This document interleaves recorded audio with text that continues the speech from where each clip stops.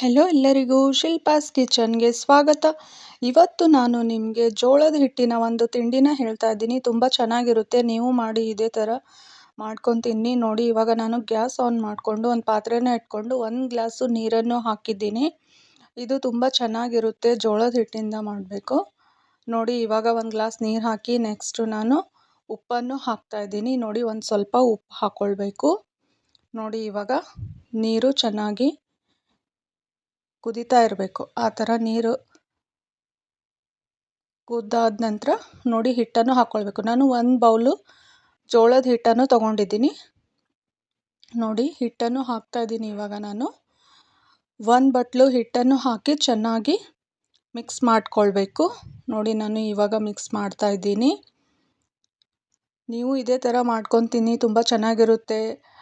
ಚಿಕ್ಕ ಮಕ್ಕಳಿಗೂ ಮಾಡಿಕೊಡಿ, ತುಂಬ ಚೆನ್ನಾಗಿರುತ್ತೆ. ಸ್ಕೂಲಿಂದ ಬಂದ ನಂತರ ಸಾಯಂಕಾಲ ಮಾಡಿ ಕೊಟ್ಟರೆ ತುಂಬ ಚೆನ್ನಾಗಿರುತ್ತೆ, ತುಂಬ ಹೆಲ್ದಿಯಾಗೂ ಇರುತ್ತೆ. ಇವಾಗ ನೋಡಿ, ಮತ್ತೆ ನಾನು ಅದೇ ಬೌಲಿಂದ ಅರ್ಧ ಬೌಲು ಹಿಟ್ಟನ್ನು ಹಾಕ್ತಾ ಇದ್ದೀನಿ. ನೋಡಿ, ಹಾಕಿ ಟೋಟಲಾಗಿ ನಾನು 1.5 ಬೌಲು ಜೋಳದ ಹಿಟ್ಟನ್ನು ಹಾಕಿದ್ದೀನಿ. ಹಾಕಿ ಚೆನ್ನಾಗಿ ಮಿಕ್ಸ್ ಮಾಡ್ಕೊಳ್ಬೇಕು. ನೋಡಿ, ಇವಾಗ ನಾನು ಮಿಕ್ಸ್ ಮಾಡ್ತಾ ಇದ್ದೀನಿ. ಇದೇ ಥರ ಮಿಕ್ಸ್ ಮಾಡ್ಕೊಳ್ಬೇಕು. ನೋಡಿ, ಇವಾಗ ಮಿಕ್ಸ್ ಆಗಿದೆ. ನೋಡು, ಗಂಟೆಲ್ಲ ಆಗಬಾರ್ದು, ಚೆನ್ನಾಗಿ ಮಿಕ್ಸ್ ಮಾಡ್ಕೊಳ್ಬೇಕು. ನಂತರ ಒಂದು ಮುಚ್ಚಳನ ಮುಚ್ಚಿ ಇಡಬೇಕು. ಒಂದು 5ರಿಂದ 10 ನಿಮಿಷ ಇಟ್ಟು ನಂತರ ನೋಡಿ, ನಾನು ಒಂದು ಪ್ಲೇಟಲ್ಲಿ ಹಾಕ್ತಾ ಇದ್ದೀನಿ ಹಿಟ್ಟನ್ನು. ಈ ಥರ ಹಿಟ್ಟನ್ನು ಒಂದು ಪ್ಲೇಟಲ್ಲಿ ಹಾಕಿ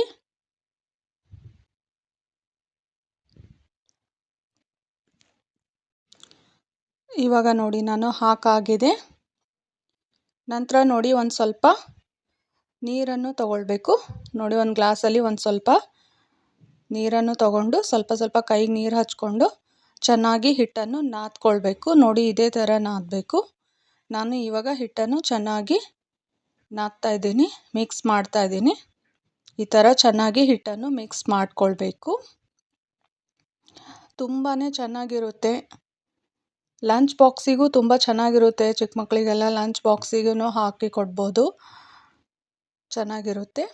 ಇವಾಗ ನೋಡಿ, ನಾನು ಹಿಟ್ಟು ಈ ಥರ ಚೆನ್ನಾಗಿ ಮಿಕ್ಸ್ ಮಾಡ್ಕೊಳ್ಬೇಕು. ಸ್ವಲ್ಪನೇ ನೀರು ಹಾಕ್ತಾ, ಸ್ವಲ್ಪ ಗಟ್ಟಿ ಅನಿಸಿದರೆ ಒಂದು ಸ್ವಲ್ಪ ನೀರು ಹಾಕಿ ಮಿಕ್ಸ್ ಮಾಡ್ಕೊಳ್ಳಿ.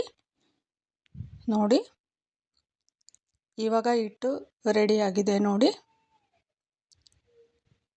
ಇದೇ ಥರ ಹಿಟ್ಟನ್ನು ಮಿಕ್ಸ್ ಮಾಡ್ಕೊಳ್ಬೇಕು. ಇವಾಗ ನೋಡಿ,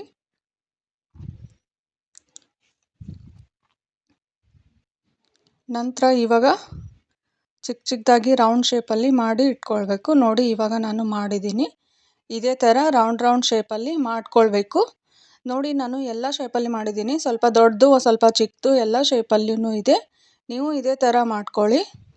ಯಾವ ಶೇಪಲ್ಲಿ ಬೇಕೋ ಆ ಶೇಪಲ್ಲಿ ಮಾಡ್ಕೊಳ್ಳಿ, ರೌಂಡಾಗಿ. ಇವಾಗ ನೋಡಿ, ಎಲ್ಲ ರೌಂಡ್ ಶೇಪಲ್ಲಿ ಮಾಡಿದ್ದೀನಿ. ಇವಾಗ ಆಗಿದೆ ನೋಡಿ. ಇದೇ ಥರ ಮಾಡ್ಕೊಳ್ಳಿ ನೀವು ರೌಂಡ್ ಶೇಪಲ್ಲಿ ಮಾಡಿ. ನಂತರ ನೋಡಿ, ಇವಾಗ ನಾನು ಒಂದು ಪಾತ್ರೆನ ಇಟ್ಕೊಂಡಿದ್ದೀನಿ ಗ್ಯಾಸ್ ಮೇಲೆ. ನೋಡಿ, ಇಟ್ಕೊಂಡು ನಂತರ ಗ್ಯಾಸ್ ಆನ್ ಮಾಡಿಕೊಂಡು ಒಂದು 2 ಸ್ಪೂನಷ್ಟು ಆಯಿಲ್ ಹಾಕ್ಕೊಳ್ಬೇಕು. ಒಂದು 2 ಸ್ಪೂನು ಆಯಿಲ್ ಹಾಕಿ ನಂತರ ನೋಡಿ, ಇವು ಎಲ್ಲ ಜೋಳದ ಕಡುಬು ಏನು ಮಾಡಿ ಇಟ್ಕೊಂಡಿದ್ದೀವಿ ರೌಂಡ್ ಶೇಪಲ್ಲಿ, ಅದೆಲ್ಲ ಹಾಕ್ಕೊಳ್ಬೇಕು. ಈ ಥರ ಹಾಕಿ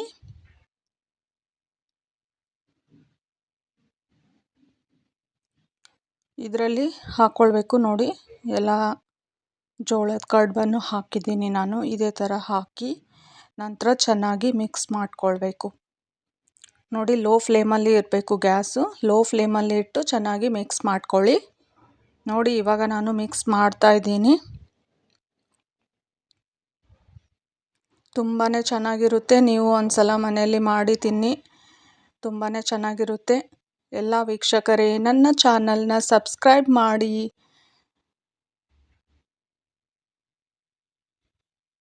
ಹಾಗೆ ಕಮೆಂಟ್ ಮೂಲಕ ನಿಮ್ಮ ಅಭಿಪ್ರಾಯವನ್ನು ತಿಳಿಸಿ ಅಂತ ಹೇಳ್ತಾ, ಇವಾಗ ನೋಡಿ, ಇವಾಗ ಮಿಕ್ಸ್ ಆಗಿದೆ.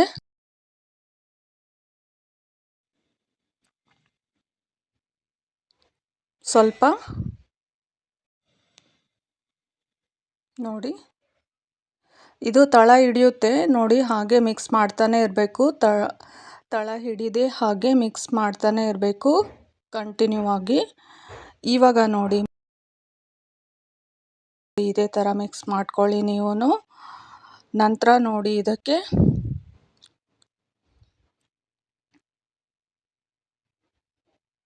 ಇವಾಗ ಖಾರದ ಪುಡಿಯನ್ನು ಹಾಕ್ತಾ ಇದ್ದೀನಿ ನಾನು, ಅಚ್ಚ ಖಾರದ ಪುಡಿ, ಚಿಲ್ಲಿ ಪೌಡರ್.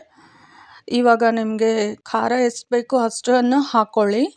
ನೀವು ಹಿಟ್ಟು ಎಷ್ಟು ತೊಗೊಂಡಿರ್ತೀರ ಅದ್ರ ಮೇಲೆ ನಿಮಗೆ ಎಷ್ಟು ಬೇಕು ಟೇಸ್ಟ್ ತಕ್ಕಷ್ಟು ಹಾಕ್ಕೊಳ್ಳಿ. ಖಾರ ಮತ್ತು ಉಪ್ಪನ್ನು, ರುಚಿಗೆ ತಕ್ಕಷ್ಟು ಉಪ್ಪು ಮತ್ತು ಖಾರದ ಪುಡಿಯನ್ನು ಹಾಕಿ ಮತ್ತೆ ಚೆನ್ನಾಗಿ ಮಿಕ್ಸ್ ಮಾಡ್ಕೊಳ್ಳಿ. ಇಷ್ಟೇ ಇರುತ್ತೆ, ತುಂಬ ಸಿಂಪಲ್ ಆಗಿದೆ ಇದು, ಹಾಗೆ ತುಂಬ ಈಸಿ ಕೂಡ ಮಾಡೋದಕ್ಕೆ. ಇವಾಗ ಜೋಳದ ರೊಟ್ಟಿ ಎಲ್ಲ ತಿಂದು ಬೋರ್ ಆಗಿರುತ್ತೆ ಅಲ್ವಾ, ಅದೇ ರೊಟ್ಟಿ ತಿನ್ನೋಕ್ಕೆ ಮನಸ್ಸಾಗೋದಿಲ್ಲ ಒಂದೊಂದು ಸಲ. ಆವಾಗ ಈ ಥರ ಮಾಡ್ಕೊಂಡು ತಿನ್ನಬೇಕು, ಒಂಥರ ಡಿಫ್ರೆಂಟಾಗಿ ಚೆನ್ನಾಗಿರುತ್ತೆ.